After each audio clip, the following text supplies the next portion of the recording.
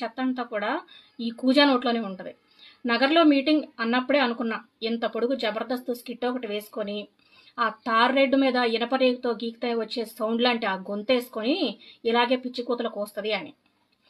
ఏంటమ్మా అన్నావు, పవన్ కళ్యాణ్ గారికి విద్యా దీవెన ఇవ్వాలా? పవన్ కళ్యాణ్ గారు చదివింది ఇంటర్మీడియట్ అయినా కూడా ప్రపంచాన్నే చదివేసిన మేధాశక్తి సంపన్నుడు ఆయన, మహాజ్ఞాని ఆయన.